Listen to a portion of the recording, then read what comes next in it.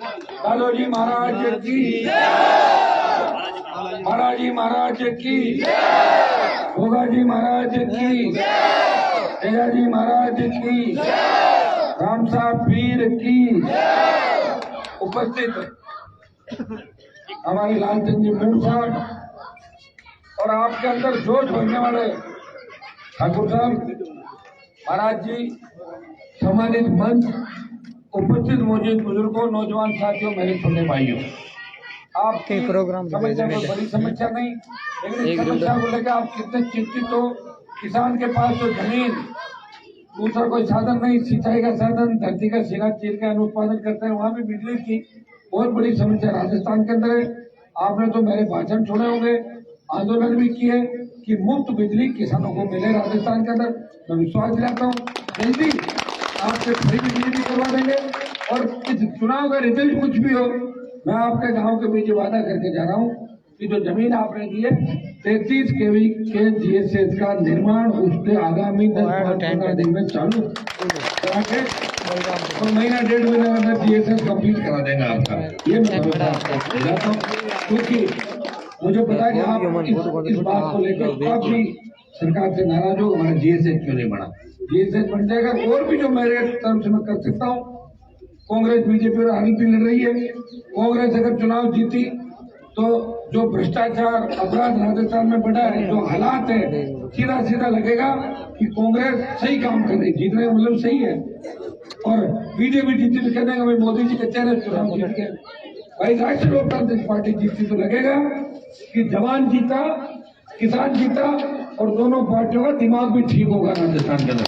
ये चीज राष्ट्रीय लोकतांत्रिक पार्टी के हाथों में डालो। इस प्रदेश के अंदर अभी तक कोई पार्टी नहीं बना पाया।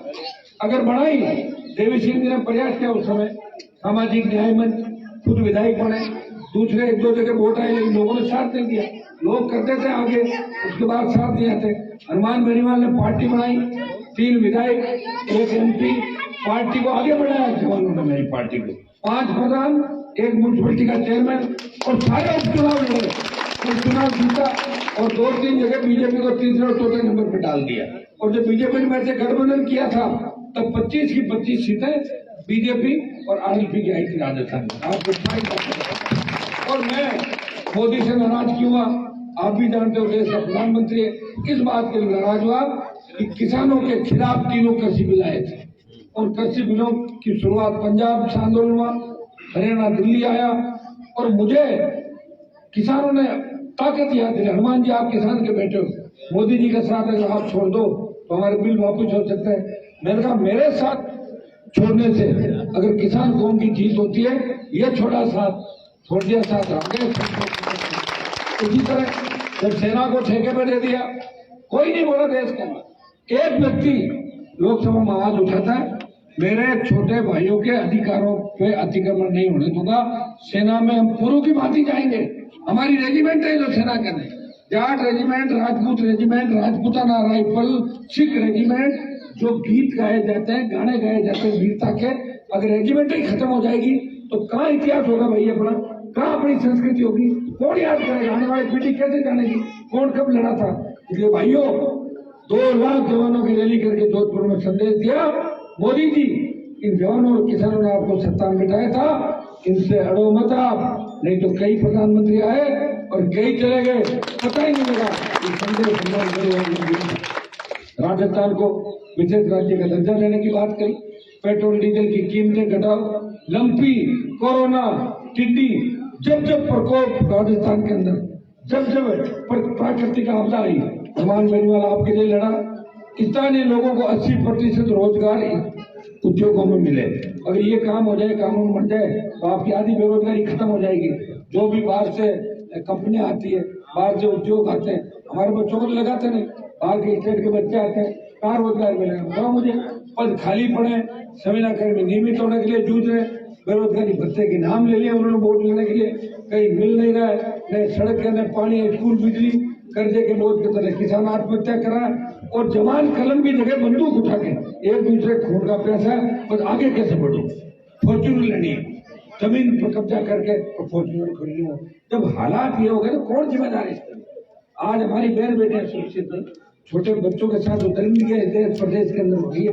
भाई जिम्मेदारी तो किसी को लेनी पड़ेगी ना। मैं तो जिम्मेदार नहीं हूँ, मेरी सरकार थोड़ी थी। मेरे को तो लड़ाई का काम दिया आपने, लड़ रहा हूँ मैं, स्टेट में लड़ रहा हूँ, दिल्ली में लड़ रहा हूँ।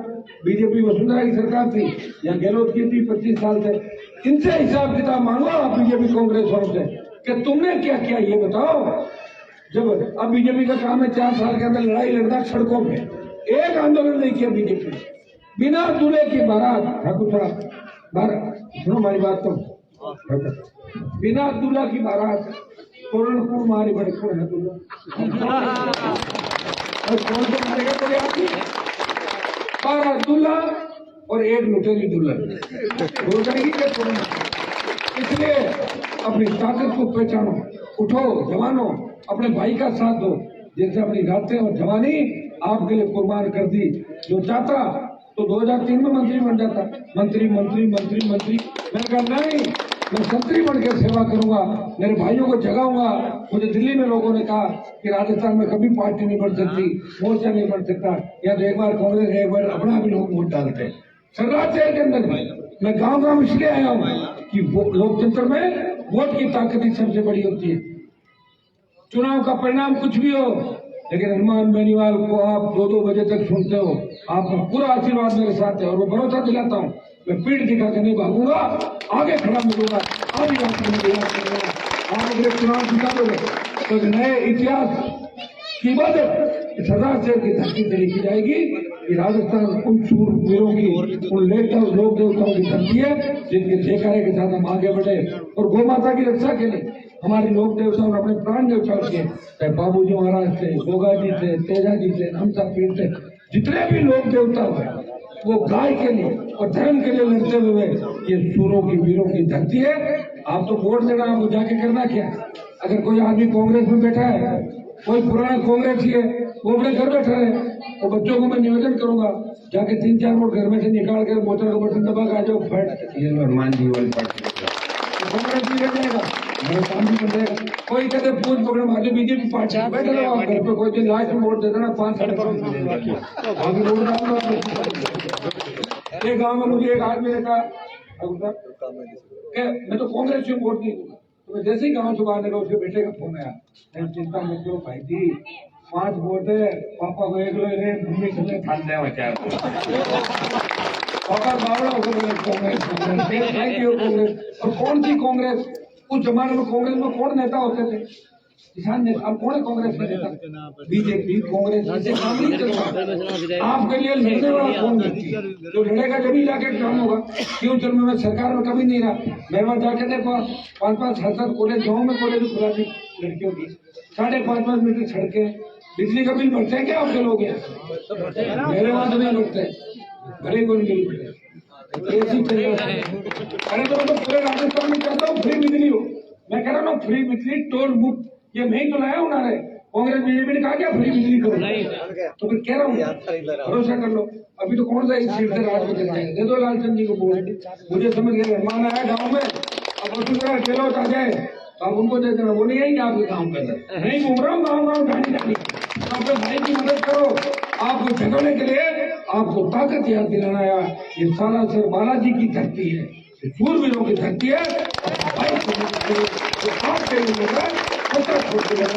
बहुत बहुत धन्यवाद, जय हिंद।